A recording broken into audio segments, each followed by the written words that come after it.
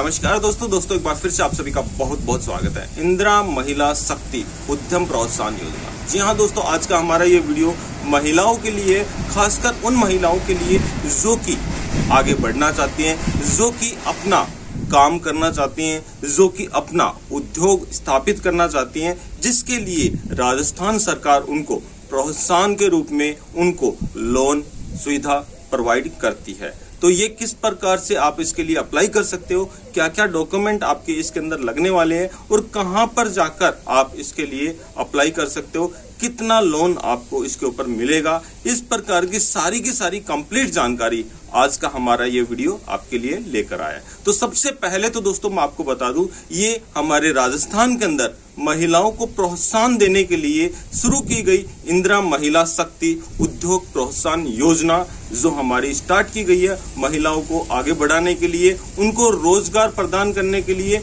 उनको आत्मनिर्भर बनाने के लिए। ये हमारी राजस्थान सरकार द्वारा हमारे माननीय मुख्यमंत्री श्री अशोक गहलोत जी द्वारा 18 दिसंबर 2019 को प्रारंभ की गई हमारी ये एक लोन योजना है, जिसको केवल महिला ही आवेदन कर सकती हैं। यानी कि आप अगर राजस्थान के मूल निवासी हैं, अगर आप राजस्थान में रहते हैं, तो आप भी इस योजना का लाभ उठाकर अपना उद्योग स्थापित कर सकते हो और आप भी अपने कदमों पर खड़े हो सकते हो। तो किस प्रकार से इसके लिए आवेदन करना होगा वो जानकारी भी हम आपको बताएंगे। तो सबसे पहले तो मैं आपको बता दूं इसके लिए क्या क्या डॉक्यूमेंट की आपको आवश्यकता पड़ने वाली है। सबसे पहले डॉक्यूमेंट की अगर हम बात करें तो आप राजस्थान के मूल निवासी होने जरूरी हो, यानी कि आपके पास मूल निवास प्रमाण पत्र होना जरूरी है। दूसरी अगर हम बात करें तो जाति प्रमाण पत्र, अगर आपके पास जाति प्रमाण पत्र है तो भी आप इसके लिए पात्र पाए जाओगे, और अगर आपके पास जाति प्रमाण पत्र नहीं है तो भी आप इसके लिए आवेदन कर सकते हो। तीसरे डॉक्यूमेंट की अगर हम बात करें तो आपके पास आपका आधार कार्ड होना जरूरी है, आपके पास आपका जन आधार कार्ड होना चाहिए, और साथ ही साथ आपको अपने पास 2 फोटोग्राफ, आपकी पासपोर्ट साइज फोटोग्राफ होनी आवश्यक है। अब बात करें कि ये लोन हमें कितना दिया जाएगा, तो दोस्तों आपको मैं बता दूं कि ये लोन महिलाओं को आगे बढ़ाने के लिए, उनको प्रोत्साहन देने के लिए 50,000 रुपए से लेकर 1 करोड़ रुपए तक का लोन राजस्थान सरकार देती है। तो अब इसके लिए कैसे आवेदन करना है, और आपको इसके ऊपर सब्सिडी भी दी जाती है। यानी कि अगर आप जनरल कैटेगरी से आते हैं या फिर आप ओबीसी कैटेगरी से आते हैं तो आपको 25% सब्सिडी आपके लोन अमाउंट की आपको मिलेगी। और अगर आप SC ST से आते हैं या फिर कोई दिव्यांग व्यक्ति में आते हैं या फिर आप किसी प्रकार की विधवा महिला हैं, तो आपको राजस्थान सरकार की तरफ से 30% अंशदान यानी कि 30% सब्सिडी इस इंदिरा महिला शक्ति उद्यम प्रोत्साहन योजना के अंतर्गत आपको मिलने वाली है।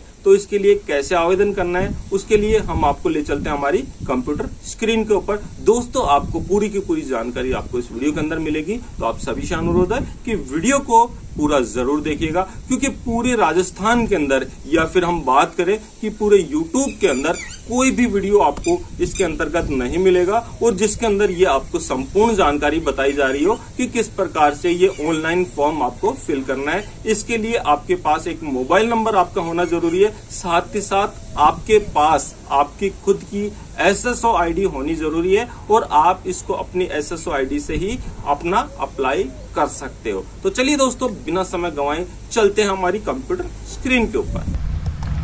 ये देखिए दोस्तों, आगे हम हमारे कंप्यूटर स्क्रीन के ऊपर, और हमें हमारी SSO ID ओपन कर लेनी है। तो एप्लीकेशन में जाकर हमें यहाँ पर IND टाइप कर देना है। जैसे हम IND टाइप करेंगे तो देखिए इंदिरा गांधी रोजगार योजना आ जाएगी, Indira Gandhi urban credit card आ जाएगा, इंदिरा गांधी शक्ति उद्यम प्रोत्साहन योजना आ जाएगी, इंदिरा रसोई आ जाएगी। तो हमें इंदिरा महिला शक्ति उद्यम प्रोत्साहन योजना पे क्लिक कर देना है। जैसे हम इसके ऊपर क्लिक करेंगे तो ये हमारा रिडायरेक्ट हो जाएगा थर्ड पार्टी साइट के ऊपर, और यहाँ पर आ जाएगा। यहाँ पर मेन्यू में जाकर हमें नया आवेदन पे क्लिक कर देना है, और यहाँ पर देखिए ये हमें सारी की सारी इंस्ट्रक्शन दिए गए हैं। इसमें हमारा 25% हमारा जनरल कैटेगरी का रहेगा अंशदान, और यहाँ पर SC ST का हमारा 30% का हमारा इसके अंदर बिल्कुल अंशदान रहेगा। यानी कि आपको सब्सिडी मिलेगी 25% की और 30% की SC ST की। ये आपको ध्यानपूर्वक सारी की सारी जानकारी आपको पढ़ लेनी है, और इसको किस प्रकार से फॉर्म को फिल करना है वो भी हम आपको बताएंगे। तो ये पहले आपको एक बार केयरफुली तरीके से आपको सारी की सारी पढ़ लेनी है और उसके बाद में आवेदन भरे पे क्लिक कर देना है। जैसे हम क्लिक करेंगे तो यहाँ पर देखिए ये हमारी 7 स्टेज में है। फर्स्ट में सामान्य विवरण। सामान्य विवरण के अंदर हमें यहाँ पर आवेदन के प्रकार पे क्लिक करना है और यहाँ पर हमारे काफ़ी सारे ऑप्शन दिए हैं। स्वयं सहायक समूह, स्वयं सहायक समूह, क्लस्टर, फर्म, कंपनी। तो यहाँ पर हम व्यक्तिगत महिला उद्यमी को सिलेक्ट करेंगे। प्रस्तावित व्यवसाय के अंदर हम उद्योग, सेवा, व्यापार, उद्योग और सेवा दोनों को हम जो भी है ऑप्शन को सिलेक्ट करेंगे। तो यहाँ पर हम व्यापार को सिलेक्ट करेंगे क्योंकि हम यहाँ पर व्यापार स्टार्ट करना चाह रहे हैं। तो ये व्यापार को हमने सिलेक्ट कर लिया। थोड़ा सा ये समय लेगा और उसके बाद में उद्यम की श्रेणी आ रहा है। उद्यम की श्रेणी में हमें इसको सिलेक्ट कर लेना। हम इसको ओपन करेंगे तो देखिए काफ़ी सारी श्रेणी आपको यहाँ पर आ रही है। किस प्रकार का व्यापार आप स्टार्ट करना चाहते हैं वो आपको यहाँ पर सिलेक्ट करना है। यहाँ पर किराना स्टोर करना चाहते हैं, फुटवेयर का करना चाहते हैं, फर्नीचर का करना चाहते हैं, पेपर वर्क का करना चाहते हैं, रबर का करना चाहते हैं, कंप्यूटर लैपटॉप का करना चाहते हैं, बिजली उपकरण का करना चाहते हैं। यानी कि काफ़ी सारे यहाँ पर व्यापार के प्रकार दिए हैं। तो यहाँ पर आप जो व्यापार स्टार्ट करना चाहें वो आप सिलेक्ट कर सकते हैं। यहाँ पर हम किराना स्टोर का कर रहे हैं तो यहाँ पर हम इसको सिलेक्ट करेंगे, फैंसी स्टोर, किराना स्टोर को इसको सिलेक्ट करेंगे। उद्यम की श्रेणी, उप श्रेणी में हमने यहाँ पर सिलेक्ट कर लेना kirana store, provisional store, fancy store और डिपार्टमेंटल स्टोर। ये सिलेक्ट करने के बाद में उद्यम की प्रकृति, यहाँ पर हमें लिख देना है कि आप जो उद्योग स्थापित करना चाह रहे हैं वो क्या कर रहे हैं। तो यहाँ पर हम लिख रहे हैं fancy shop and gift item. तो यहाँ पर हम इसको टाइप करेंगे।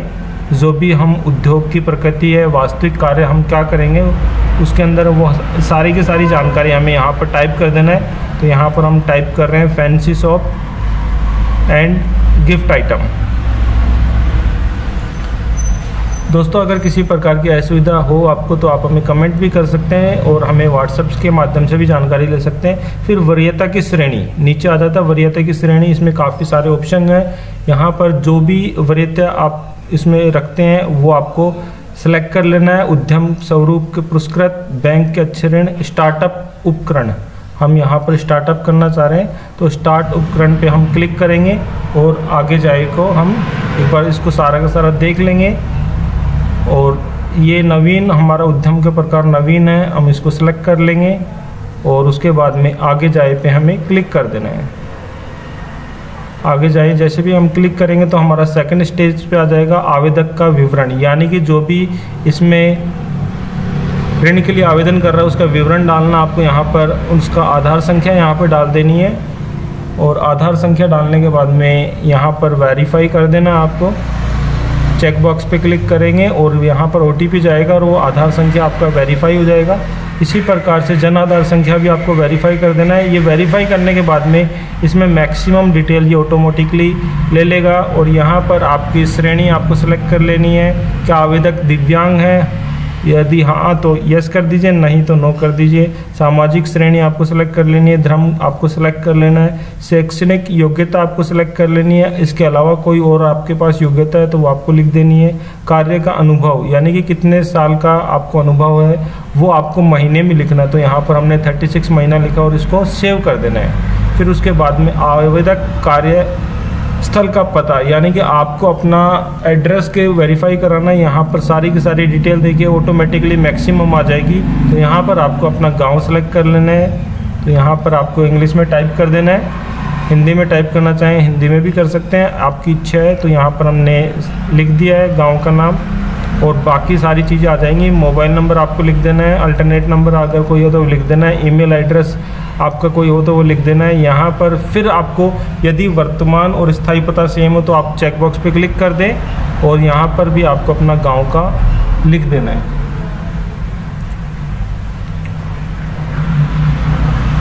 यहाँ पर हमने गांव का लिख दिया है जो हमारा गांव है।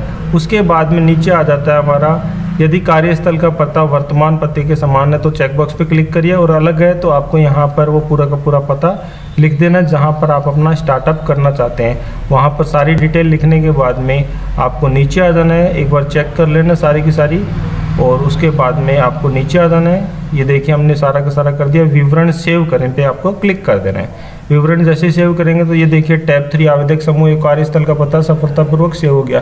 प्रस्तावित परियोजना का विवरण देखिए दोस्तों, यहाँ पर आपको ध्यानपूर्वक लिखना है। आपको यहाँ पर क्या लिखना है मैं आपको बता देता हूँ। यहाँ पर हम 2.5 लाख रुपये का आवेदन कर रहे हैं, तो यहाँ पर पूंजीगत ऋण हम यहाँ पर 2 लाख रुपये लिख रहे हैं। कार्यशील पूंजी हम यहाँ पर 50,000 लिख रहे हैं, यानी कि पूरे के पूरे 2.5 लाख के लिए आवेदन कर रहे हैं, तो यहाँ पर हमने पूरा 2.5 लाख लिख दिया है। फिर देखिए स्थायी नियोजक कार्यशील पूंजी की ये डिटेल हमें भरनी है, तो यहाँ पर हमें 2 लाख रुपए के करीब हमें हमारा पूरा देना है। तो यहाँ पर भवन वर्कशेड निर्माण हेतु लागत हम यहाँ पर 40,000 लिख रहे हैं। मशीनरी एवं उपकरण की लागत हम यहाँ पर लिख रहे हैं 30,000, तो यहाँ पर हमने 30,000 लिख दी है। फर्नीचर इलेक्ट्रिक आइटम्स हम यहाँ पर इसको सेलेक्ट कर रहे हैं और यहाँ पर हमने 30,000 लिख दिया। अन्य मशीनरी उपकरण में हमने यहाँ पर 50,000 लिख दिया है, और अन्य के अंदर अदर्स के अंदर भी हम इसके अंदर 50,000 लिख देते हैं, यानी कि टोटल हमें 2 लाख रुपए के करीब हमें हमारा एस्टिमेट बैठाना है यहाँ पर। तो यहाँ पर हमने 1 से लेकर 5 संख्या में टोटल 2 लाख रुपए तक का एवरेज हमने बैठा दिया। फिर बी ऑप्शन आता है कार्यशील पूंजी प्रति माह वह लागत जो व्यवसाय दैनिक संचालन हेतु आवश्यक है, यानी कि टोटल हमें ए और बी का दोनों सम मिलाकर हमें 2.5 लाख करना है। तो 2 लाख रुपए का हमने यहाँ पर कर दिया है। और यहाँ पर हमें बी के अंदर हम वेतन एवं मजदूरी वाली चीज़ है, इसके अंदर हम कुशल श्रमिक एवं कर्मचारी, यहाँ पर हम एक कुशल एवं श्रमिक कर्मचारी को हम यहाँ पर 1 नंबर डालेंगे और उसकी कीमत हम लिखेंगे पूरी 50,000। तो ये हमारी 2 लाख ऊपर कर दिया और 50,000 हमने यहाँ पर लिख दिया। तो पूरी की पूरी हमारी 2.5 लाख हमारा ये बैलेंस होना ज़रूरी है। तो यहाँ पर देखिए कुल फर्स्ट और सेकंड रोजगार संख्या हेतु यानी कि 50,000 हो गई हमारी, और यहाँ पर हमारी 2.5 लाख पूरा बैलेंस होना ज़रूरी है दोस्तों। ये बैलेंसिंग ही यहाँ पर सबसे मेन चीज़ है। तो यहाँ पर हमने पूरा का पूरा 2.5 लाख रुपए बैलेंस किया है, 2 लाख ऊपर किया 1 से लेकर 5 तक, और बी का हमने 50,000 कुशल श्रमिक एवं कर्मचारी की हमने लागत यहाँ पर 50,000 लिखे, तो 2.5 लाख हो गया। देखिए कुल परियोजना लागत व्यय बराबर होनी चाहिए 2.5 लाख के, तो 2.5 लाख हो गया। अब स्वयं का अंशदान, यहाँ पर आपको स्वयं का अंशदान में 5% आपको खर्च करना होगा, तो 12,500 आपको यहाँ पर पहले लगाना है। उसके बाद में 2,37,500 आपको ऋण मिल जाएगा। फिर यहाँ पर है अनुमानित लागत स्थायी, यहाँ पर 50,000 हमने लिखा है, तो बिक्री हम यहाँ पर करेंगे 1 लाख की, और 50,000 हमारा यहाँ पर नेट प्रॉफिट बचेगा। दूसरे साल की आप यहाँ पर लिखेंगे, हम यहाँ पर 0 लिखते हैं, लागत हम कुछ भी नहीं लगा रहे, और यहाँ पर हमारी बिक्री हमारी होगी 1.5 लाख की और 1.5 लाख बचत होगा। यहाँ पर फिर हम तृतीय वर्ष का यानी कि 5 वर्ष का आपको लेखा जोखा यहाँ पर लिख देना है, तभी आपका ये ऋण आपको अप्रूव होगा। तो दूसरे वर्ष का हमने लिख दिया 1.5 लाख, तीसरे वर्ष का हम यहाँ पर लिखेंगे 2 लाख, और 2 लाख हम यहाँ पर बिल्कुल बिक्री करेंगे, 2 लाख की हमें यहाँ पर बचत होगी। तीसरे में हम लिखेंगे यहाँ पे 2.5 लाख और 2.5 लाख की बचत होगी। 5वां वर्ष हमारा बिल्कुल नील रहेगा, तो यानी कि हमने ये 5 वर्ष की लिख दी है पूरी की पूरी। और यहाँ पर आपके प्रोजेक्ट के उत्पादक के संभावित ग्राहक कहाँ के हैं, क्षेत्रीय स्तर के हैं, राज्य स्तर के हैं, राष्ट्रीय स्तर के हैं, अंतर्राष्ट्रीय स्तर के हैं। तो यहाँ पर हमारे क्षेत्रीय स्तर के हैं ग्राहक, हम इसको सेलेक्ट करेंगे। और यहाँ पर आप अपने कथन के बारे में कुछ लिखना चाहें कि किस प्रकार से आप लाभ कमाएंगे, वो डिटेल आप यहाँ पर लिख सकते हैं। तो यहाँ पर हम लिख रहे हैं अगर मेरे को लोन मिलता है तो मैं अपने, आप हिंदी और इंग्लिश में टाइप कर सकते हैं, अगर मेरे को लोन मिलता है तो मैं अपनी मेहनत और लगन से काम करके अच्छा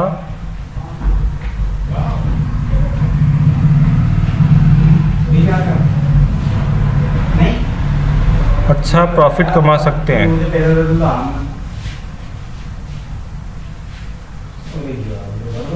अच्छा प्रॉफिट कमा सकते हैं क्योंकि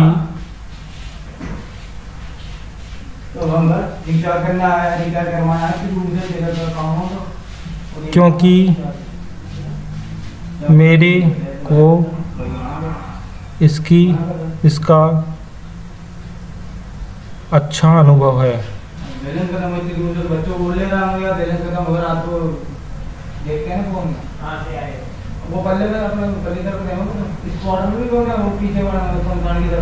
अनुभव है, और आपको विवरण सेव कर देना है।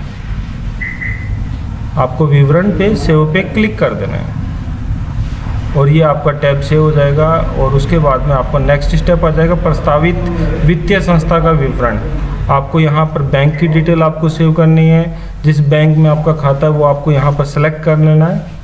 प्रथम आपको जो भी अपना ज़िला आपको सेलेक्ट कर लेनी है और वित्तीय शाखा की आपको संस्था की शाखा आपको यहाँ पर सेलेक्ट कर लेनी है। वित्तीय संस्था की शाखा यानी कि जिसमें आपका अकाउंट है वो आपको अपना बैंक सेलेक्ट कर लेना है।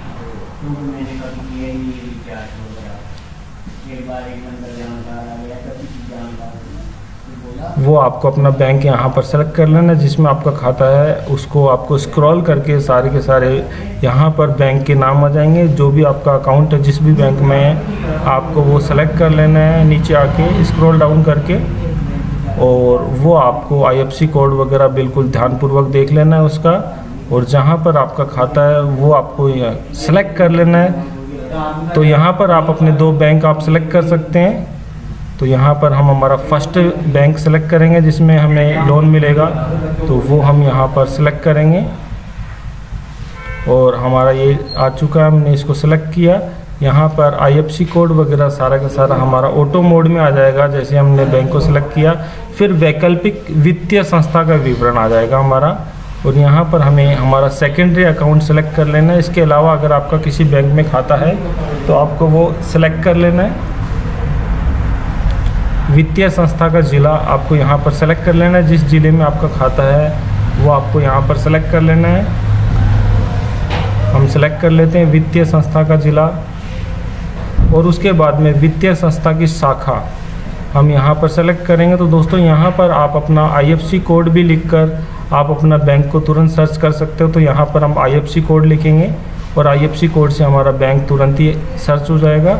और IFSC कोड हमने यहाँ पर लिख डाला है।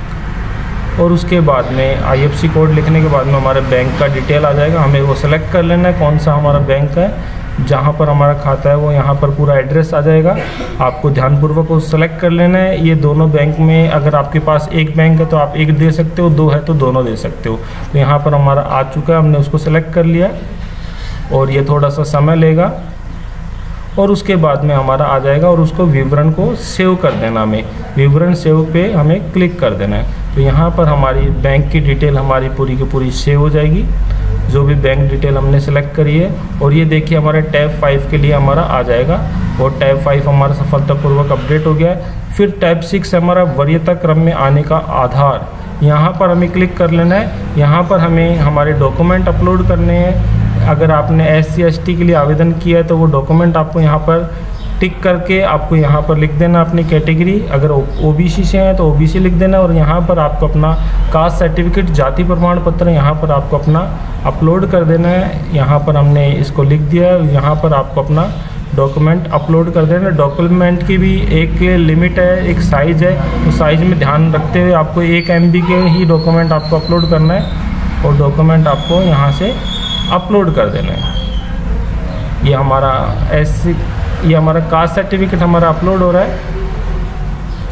और डॉक्यूमेंट अपलोड होने के बाद में अभी नीचे आ जाना है। और जो भी आपकी लागू होती है P1 P2 P3 P6 जो भी आपके लागू होती है आप उसके ऊपर चेकबॉक्स पे क्लिक करिए। और आप वहाँ पर उसके सामने चेकबॉक्स के ऊपर उसका लिख कर और उसके डॉक्यूमेंट आप अपलोड कर सकते हैं। यहाँ पर हम और भी चेक करते हैं, हमारे और भी जो भी आवेदक है उसका कोई और लागू होता है तो यहाँ पर हमें उसका उद्योग आधार भी यहाँ पर अपलोड करना है। तो यहाँ पर हम उद्योग आधार के लिए हम सिलेक्ट करेंगे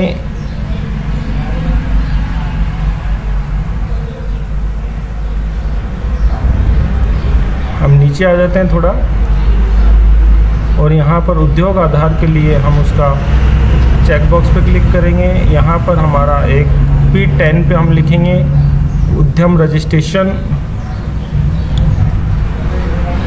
और यहाँ पर हम हमारा उद्योग आधार अपलोड कर देंगे। फिर हम P14 पे भी लिखेंगे रोजगार के रिगार्डिंग हमारा उद्योग आधार रजिस्ट्रेशन ही हम यहाँ पर अपलोड कर देंगे। और ये अभी हमने कर दिया। आपके पास जो भी रिक्वायरमेंट हो आप उसके अकॉर्डिंग अपना लिख सकते हो। यहाँ पर हमारे आवेदक के पास उद्योग आधार था तो हमने ये सिलेक्ट किया और इसको हमें अपलोड कर देना है। अपलोड होने के बाद में देखिए हमारा डॉक्यूमेंट अपलोड हो चुके हैं। और नीचे हमें आ जाना है। और नीचे आने के बाद में देखिए हमारा विवरण सेव करें। यहाँ पर आपको अपना मूल निवास भी अपलोड कर देना है दोस्तों, जो भी है। और ये देखिए सारी की सारी चीज़ें आपको एक बार फिर चेक कर लेनी है और विवरण को सेव कर देना है। विवरण हमारा सेव कर देना है। विवरण सेव होने के बाद में टैब 6 हमारी हो गई है और टैब 7 में हमारे दस्तावेज अपलोड, यानी कि आपको अपने दस्तावेज अपलोड करना है। एक प्रोजेक्ट रिपोर्ट आपको अपनी तैयार करनी है। अगर आप 10 लाख से ऊपर आवेदन करते हैं लोन का तो आपको अपना एक प्रोजेक्ट रिपोर्ट तैयार करनी है, या फिर 10 लाख से नीचे है तो प्रोजेक्ट रिपोर्ट अपलोड करने की आवश्यकता नहीं है। तो यहाँ पर हमने प्रोजेक्ट रिपोर्ट तैयार की है, तो यहाँ पर हम लिख देते हैं घोषणा पत्र और यहाँ पर हम उसको सेलेक्ट कर लेंगे, या फिर आप अपना एक PDF बनाकर वो भी अपलोड कर सकते हैं यहाँ पर, या फिर आप वर्ड की फ़ाइल बना सकते हैं, या फिर आप एक्सेल की फ़ाइल बनाकर उसको अपलोड कर सकते हैं। यहाँ पर हमने एक PDF बनाया, हमने उसको अपलोड कर दिया। शैक्षणिक प्रमाण पत्र यानी कि एजुकेशन का आपको यहाँ पर लिख देना है, कहाँ तक आप एजुकेटेड हैं वो आपको लिख देनी है, और उसकी मार्कशीट आपको लिख देनी, अपलोड कर देनी है। यहाँ पर 1 KB से ज़्यादा आपको अपने डॉक्यूमेंट अपलोड नहीं करने हैं। आवेदक का फ़ोटो यहाँ पर जन आधार कार्ड से ले ही लेगा सामने की सामने। तो यहाँ पर आपको टिप्पणी में फ़ोटो लिख देना है या फोटोग्राफ्स लिख देना है। टिप्पणी में आपको लिख देना है शॉर्ट में। उसके बाद में यहाँ पर हमारा मूल निवास प्रमाण पत्र, तो यहाँ पर हम फ़ोटो लिख देते हैं और यहाँ पर हम लिख देंगे मूल निवास प्रमाण पत्र। मूल निवास बहुत ही ज़रूरी है दोस्तों, राजस्थान के मूल निवासी को ही ये हमारा लोन मिलेगा। तो यहाँ पर मूल निवास हम PDF या फिर हमारी JPG फाइल अपलोड करेंगे, और ये सारी की सारी चीज़ें चेक करने के बाद में नीचे हम आएंगे तो देखें यहाँ पर चेक बॉक्स आएगा घोषणा के लिए। तो आपको इसको ध्यानपूर्वक पढ़ लेना है और इस चेक बॉक्स पे क्लिक कर आपको आवेदन जमा करने से पहले एक बार सारी चीज़ें चेक कर लेनी है कि आपने अपलोड करे नहीं करे डॉक्यूमेंट। और ये चेक करने के बाद में आपको नीचे आ जाना आवेदक जमा करें। आवेदन जमा पे आपको क्लिक कर देना है। जैसे आप इसके ऊपर क्लिक करेंगे तो ये थोड़ा सा प्रोसेस लेगा और ये डॉक्यूमेंट आपका आवेदक सफलतापूर्वक जमा हो चुका होगा। और यहाँ पर आपका एक रजिस्ट्रेशन नंबर आ जाएगा दोस्तों, आपको वो रजिस्ट्रेशन नंबर नोट करके रख लेना है। ये देखिए थोड़ा प्रोसेस स्लो है, नेट की कनेक्टिविटी कम है। तो ये देखिए हमारा यहाँ पर रजिस्ट्रेशन नंबर आ जाएगा। ये रजिस्ट्रेशन नंबर आपको संभाल के रख लेना है और आपके पास पूरे के पूरे कम से कम 30 दिन के अंदर आपके पास कॉल आ जाएगा, आपके पास मैसेज आ जाएगा, नोटिफिकेशन आ जाएगा। और आपके पास नोटिफिकेशन आने के बाद में, मैसेज आने के बाद में आपको अपने निकटतम जो भी आपका बैंक है जहाँ से आपका खाता चालू रहता है वहाँ पर जाकर आपको ये जमा करा देना है। और इसमें पूरे कंप्लीट 30 दिनों के अंदर आपको ये लोन सफलतापूर्वक आपको मिल जाता है। अगर वीडियो आपको अच्छा लगा तो एक लाइक ज़रूर कर देना। और हाँ दोस्तों, अगर आप हमारे चैनल पे पहली बार आएँ तो चैनल को सब्सक्राइब ज़रूर करिएगा।